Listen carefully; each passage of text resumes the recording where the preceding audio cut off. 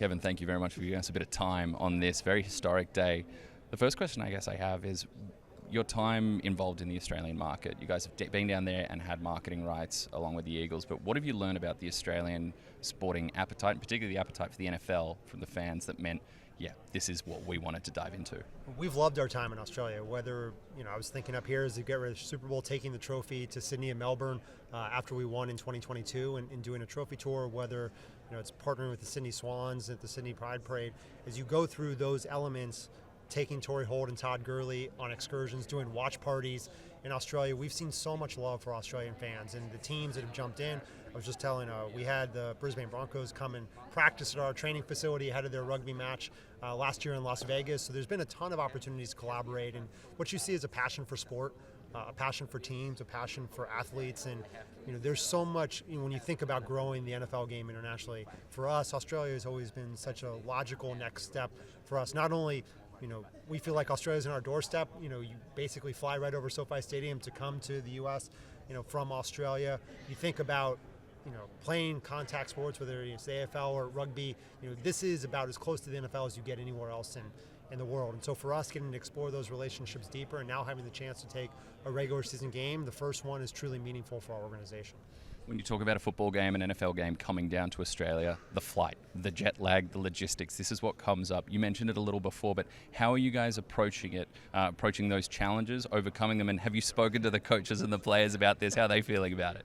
I think one of the things for us, the reason to be attached to this announcement, aside from our excitement about Australia, is we now have 18, 19 months to go prepare for what that trip will look like organizationally. We can take our players over the next year and a half to go say, hey, how long does it take you to recover? How do you go exert yourself? How do we learn those lessons so that when the time comes to come play the game, next September or October or whenever that is, that our team is ready. And look, we've always been one of the leaders in sports science, certainly in the NFL, and we believe globally.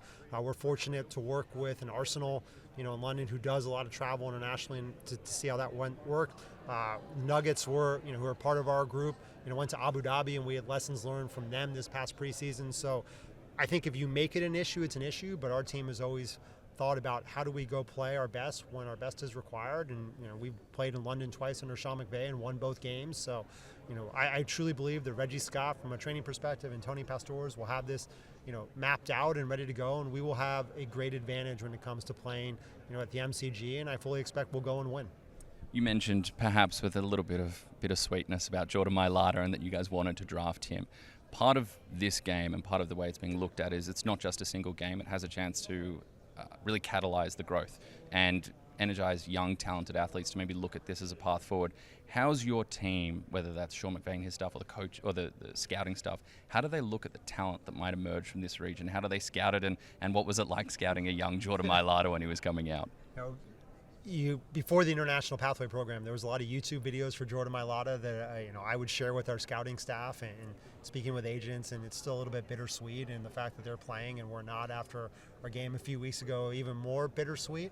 But look, I think the great part is this hopefully opens a pipeline. It'll inspire the next generation of Australian kids to want to go maybe play in the NFL. We've obviously seen a long line of punters, I think, who have come through. How do we expand that to position players, aside from Jordan, can we get quarterbacks? And, there have been rugby players who have tried to make the conversion, to the NFL. But how do we continue to grow that? How do we maybe, as a team that has a pipeline and marketing rights in Australia, how do we get first access to that talent, right? Certainly for us, I think that's one way to look at it from a scouting perspective. And, overall, we're always going to do what we can to, field the best Rams roster we can and win the most games. We want to do it in the most globally friendly way we can, and certainly this is a help to do that.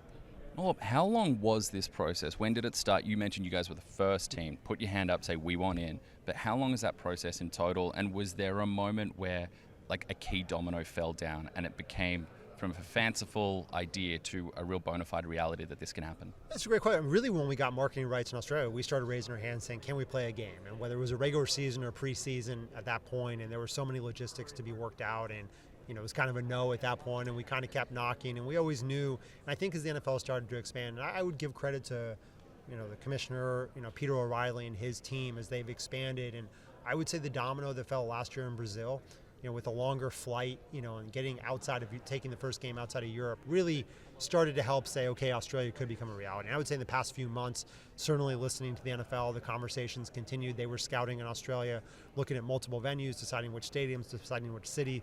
We were always very excited about the possibility of playing anywhere, but certainly Melbourne will have a great opportunity for us. And then over the last few weeks and few months, we've really honed in on that as an organization, side by side with the NFL, and ready for an exciting day like today. I know we have Rampage, out in Melbourne as we speak. Our mascot, getting ready to to chat with folks in Melbourne. So we'll be excited. But for us, it's been years in the process. I think certainly in the NFL over the past year. The benefit of the NFL schedule is a lot is determined a couple years ahead of time. So if you're a particularly inquiring mind, you might be able to look at some of the 2026 home opponents that the Rams have. Any inkling, perhaps, I know the opponent is going to be talked about, any inkling, maybe a hint, a color scheme that we may be looking that's lining up against the Rams on this historic occasion? I don't want to let anybody else take our day, right? And we will not be playing the Eagles in October, maybe as was reported, so I can debunk that. They are not on our home list, so you can go look at our home opponents. Anybody want to go to therams.com, for anybody in Australia, please go look at our 2026 future opponents. Feel free to buy tickets in the meantime for 2025 or 2026 if you want. But look, I think you're likely going to see, we'll see now that this has been announced, who else raises their hand as a possible opponent, and we'll go from there. But we'll be excited to play whoever it is and bring our best and try to go win a game. It's an exciting list. Another LA team is on that. I've gone over to the Rams.com site. It's a fantastic site. I can commend that. Do you have any thoughts of, did you? I mean, looking at the fact that the Chargers are on that list, LA to LA, that makes sense. Out of division opponents, the New York Giants, where there's potentially direct flight from New York at that point, but that's a long trip, but a big name team. Plenty of Aussies have made their way to New York. The Kansas City Chiefs and Patrick Mahomes and his friends, and then that funny team from North Texas, the Dallas Cowboys, on the list as well. So just a couple of narratives.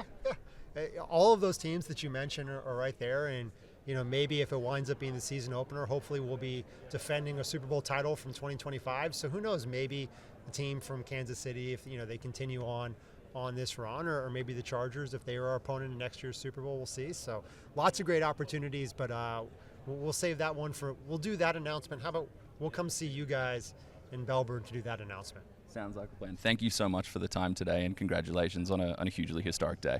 My pleasure. Great to join you guys.